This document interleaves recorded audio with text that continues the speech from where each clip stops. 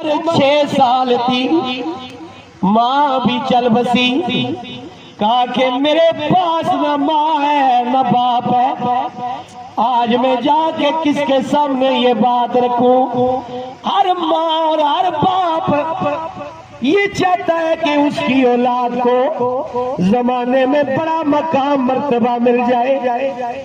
جو be be Amna پاک اور عبداللہ پاک کے بیٹے کو مقام اور مرتبہ ملا، وہ کائنات میں کسی اور کو نصیب نہ ہوا۔ اب حضور رو رہے ہیں، فرمایا لا أدركت والدي أو أحدهما، رو کے میرے نبی فرماتے ہیں کاش میرے ماں باپ زندہ ہوتے۔ آج آنکھوں میں آنسو آتے ہیں نا ماں باپ کا سن کے، جن کے چل بسے، یہ فطرتی عمل ہے۔ حضور جو 2 جہانوں کے سردار ہے وہ بھی ماں باپ کو یاد کر کے روتے تھے۔ میرے نبی نے فرمایا لا أدركت والدي أو أحدهما، کاش کہ میرے ماں باپ زندہ ہوتے، اور اگر دونوں نہیں تو کم از کم ایک زندہ ہوتا۔ قدر پوچھنی ہو اس سے پوچھئے جس کے ماں یا باپ چلے گئے ہیں۔ عارف کھڑی میاں محمد بخش فرماتے ہیں کہ باپ مرے سر ننگا ہووے تے ویر مرن کنڈ خالی، ماں باج محمد بادشاہ کون کرے رکھوالی۔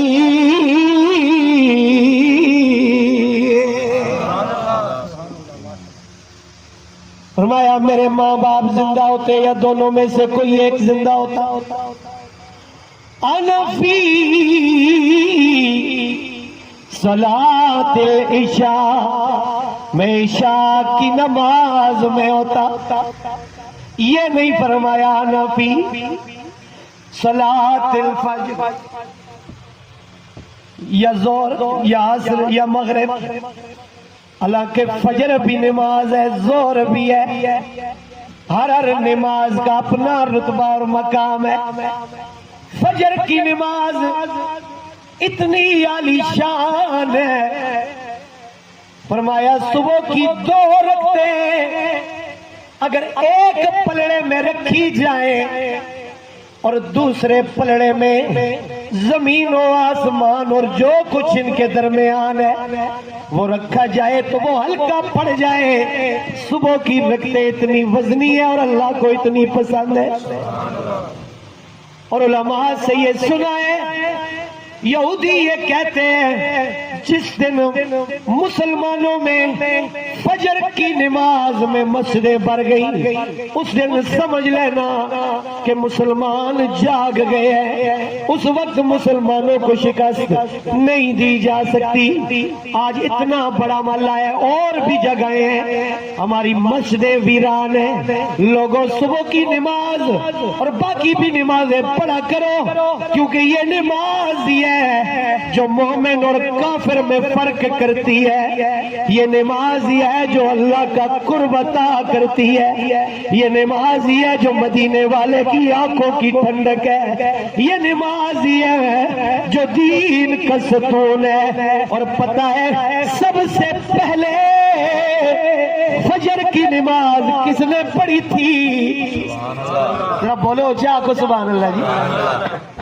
فجر کی نماز سب سے پہلے ہم سب کے والد گرامی، پوری انسانیت کے باپ جناب سیدنا آدم علیہ السلام، جب آپ کو زمین میں اتارا گیا، رات کا وقت تھا، اندھیرا تھا، آپ پریشان ہو گئے اور تھوڑی دیر گزری تھی کہ صبح نمودار ہونے لگی.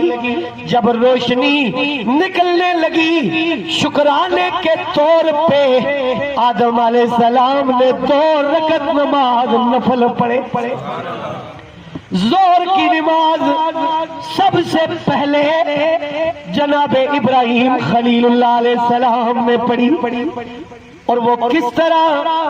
جب بیٹے کے گلے پہ چھری چلا رہے تھے. بیٹا بیٹا ہوتا ہے. اللہ نے جب کرم نوازیاں کر کے قربانی کو قبول کیا, جنت سے مینڈا لا کے اسماعیل کو بچا لیا گیا. ابراہیم خلیل اللہ علیہ السلام نے شکرانے کے طور پہ 4 رکعت نفل پڑھے. ٹائم ظہر کا تھا. عصر کی نماز جناب یونس علیہ السلام جب مچھلی کے پیٹ سے آزاد ہوئے شکرانے کے طور پہ نفل 4 پڑھے.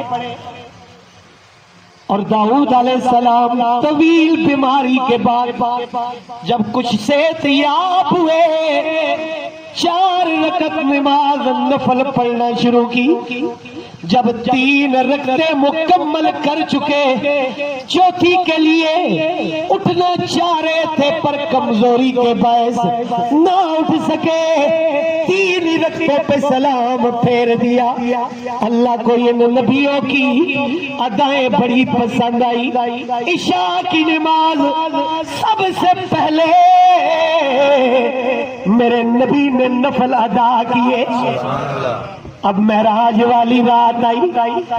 اللہ رب العزت نے ان سارے نبیوں کی سنتوں کو زندہ رکھنے کے لیے اپنے محبوب کو پہلے 50 نمازیں دی. کم کرتے کرتے 5 جو ہے وہ رہ گئی.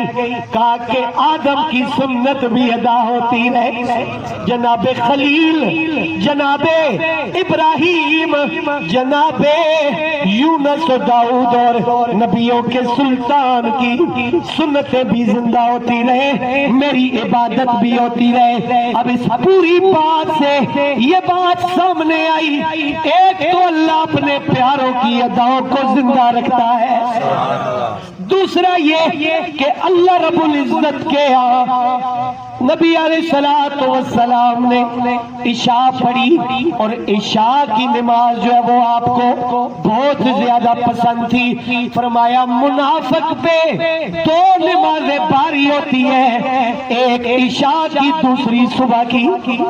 وہ یہ 2 نمازیں پڑھنا اس کے لیے بڑا گرا ہوتا ہے. ہر بندہ اپنے گریبان میں جا کے کیا میں اس لسٹ میں تو نہیں آ رہا, اب کلوز کر رہا ہوں. میرے نبی نے فرمایا انا فی صلاۃ العشاء. بات یاد ہے نا؟ فرمایا میرے ماں باپ زندہ ہوتے, دونوں میں سے کوئی ایک زندہ ہوتا, انا فی صلاۃ العشاء, میں عشاء کی نماز پڑھ رہا ہوتا. قد کرا تو فاتحۃ الکتاب, فاتحہ کی تلاوت مکمل کر چکا ہوتا. یعنی ادھر میں ولدالین تک پڑھتا. فاتحہ بھی کمال ہے. جب فاتحہ اتری شیطان داڑے مار مار کے رویا. 4 ایسی جگہیں ہیں جہاں شیطان رویا. پہلی دفعہ جب آدم علیہ السلام کو اللہ نے تخلیق فرمایا, اور دوسری دفعہ جب شیطان کو جنت سے نکالا گیا. تیسری دفعہ جب سلطان الانبیاء پیدا ہوئے, وہ کہتا ہے کہ میں نے اتنی محنت کی لوگوں کو جہنم میں لے جانے کے لیے, اب وہ آ گیا ہے جو لوگوں کو نہ صرف جہنم میں جانے سے روکے گا بلکہ جو جہنمی ہو چکے ہیں انہیں بھی جنتی کر دے گا. اپنے اعمال سے بھی توبہ کی توفیق مل جائے گی. اور چوتھی دفعہ جب فاتحہ نازل ہوئی کہا میں یہ چاہتا ہوں کہ یہ جہنم میں جائے، پر جب یہ فاتحہ پڑھیں گے آپ بھی آتے رہے۔ شوکت صاحب کے پاس کس لیے؟ جی فاتحہ پڑھنے کے لیے۔ کہیں اور فوتگی ہوتی ہے کدھر جا رہے ہیں؟ فاتحہ خوانی کرنے کے لیے۔ یہ کوئی عام نہیں، ادھر مل کے ہم فاتحہ پڑھتے ہیں، ادھر اللہ اس بندے کے درجات بلند فرما دیتا ہے۔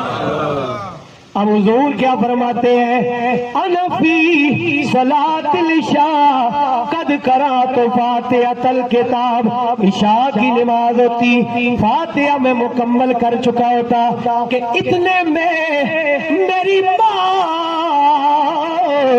مجھے آواز دیتی، تنادی یا محمد صلی اللہ تعالی علیہ وسلم، بیٹا محمد مجھے بلاتی۔ حضور فرماتے ہیں میں نماز ادھر ہی روک دیتا۔ اب عبادت کس کی ہو رہی ہے؟ اللہ کی۔ ماں بلا رہی ہو تو حضور یہ فرماتے ہیں میں نماز روک کے اپنی ماں کے پاس حاضر ہو جاتا۔ اس سے پتہ چلا ماں کی کتنی بڑی شان ہے، باپ کا کتنا بڑا مقام ہے۔ لوگوں اگر کامیابی چاہتے ہیں دنیا آخرت میں، اگر مائیں زندہ ہیں، باپ زندہ ہیں، ان کی خدمت کرے۔ اللہ کی قسم اگر وہ مسکرا بھی دینا آپ کی طرف دیکھ کے تب بھی اللہ آپ کو مالا مال کر دیتا ہے۔ اور جب ان کے دل سے دعا نکل جائے بچے کے لیے، ایک ہوتا ہے دعا کروانا اور ایک ہوتا ہے ماں کے یا باپ کے دل سے دعا نکلنا۔ دعا کروانا اور ہے، دعا نکلنا اور ہے۔ جب دعا نکلتی ہے وہ عرش کو چیرتی ہوئی میرے رب کے پاس پہنچتی ہے، پھر وہ بندہ نہ دنیا میں مار کھاتا ہے نہ آخرت میں ناکامی ہوگی۔ ساری دنیا اس کے خلاف ہو جائے اس کا بال بھی بھیکا نہیں کر سکتے، کیونکہ ماں باپ کی دعائیں اس کے ساتھ ہیں۔ اللہ سب کی مائیں سلامت رکھے۔ لوگوں ماں چلی جائے، آپ پوچھئے شوکت صاحب میرا باپ چلے گئے، مجھ سے پوچھئے، بندہ گھر جاتا ہے اس چارپائی کی طرف بھی بندہ نہیں دیکھ سکتا جہاں ماں یا باپ ہوتے ہیں۔ گھر میں ماں باپ بیمار بھی ہو، کچھ کام وغیرہ نہ کر سکتے ہو، صرف چارپائی پہ ہو، بندے کو بڑا سہارا ہوتا ہے، بڑا آسرا، بڑی برکت، اللہ کی رحمتیں گھر پہ نازل ہو رہی ہوتی ہیں۔ ادھر بچہ نکلتا ہے، عمر جو بھی ہو نکلتا ہے، ادھر پیچھے ماں کے ہاتھ اٹھ جاتے ہیں، اللہ میرے بچے پر سلامتی نازل کر، اللہ میرے بچے کو سلامتی سے واپس لے کے آنا، یا اللہ تو اپنی مدد شامل حال کرنا۔ اور باپ جو ہے نا وہ بھی دعائیں کرتا ہے۔ موسیٰ علیہ السلام سے میرے رب نے فرمایا موسیٰ اب سنبھل کے آنا، اب تیرے پیچھے دعائیں کرنے والی ماں نہیں رہی ہے۔ چراغ گولڑا، حضور آپ کی نظر، آپ کا خاص تعلق ہے، ہمارا بھی ہے گولڑے شریف سے۔ چراغ گولڑا وارث علوم میرے علی، تصویر بابو جی، شاعر حفظ زبان، پیر سید نصیر الدین نصیر رحمت اللہ تعالی علیہ۔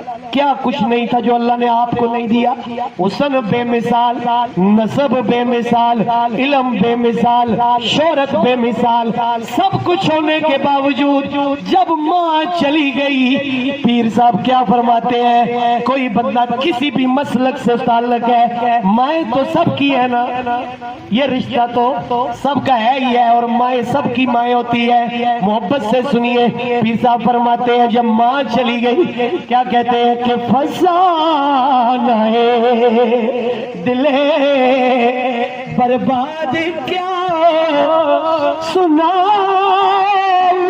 ماں اجڑ گئی میری دنیا، کہاں میں جاؤں ماں۔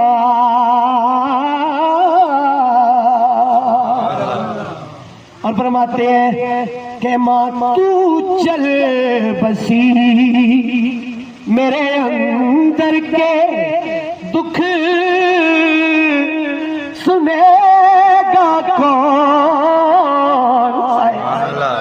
بس اختتامی میرے یہ شعر ہے، دعا کرتے ہیں اور یہ سنیے محبت سے۔ ناصر صاحب آپ کی سماعت کی نظر۔ تو چل بسی میرے در کے دکھ سنے گا کون؟ تیرے سوا کسے دل چیر کے دکھاؤں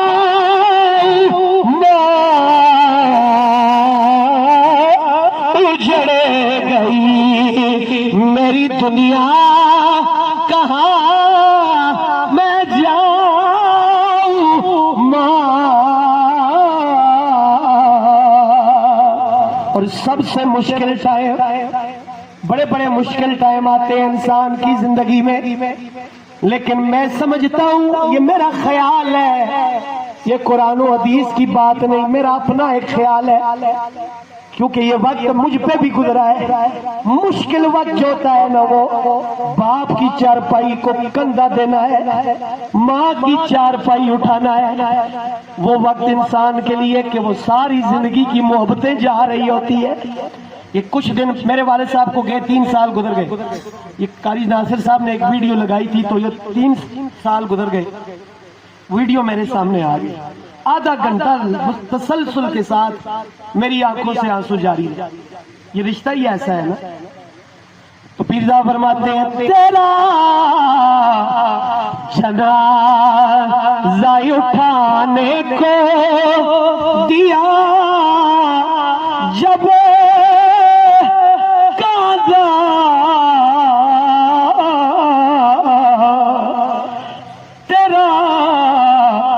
جنازہ اٹھانے کو دیا جب دادا جو مجھ پہ ٹوٹی قیامت وہ کیا بتاؤں ماں؟ اجڑ گئی میری دنیا، کہاں میں جاؤں ماں؟ اور تیرا وہ چومنا ماتھا بابت اذن سفر، کوئی بندہ ایسا نہیں ہوگا کہ جس کا ماتھا ماں نے نہ چوما ہو۔ یاد کرے، اپنی ماں کو سامنے رکھے اور یہ شعر سنے، تیرا وہ جو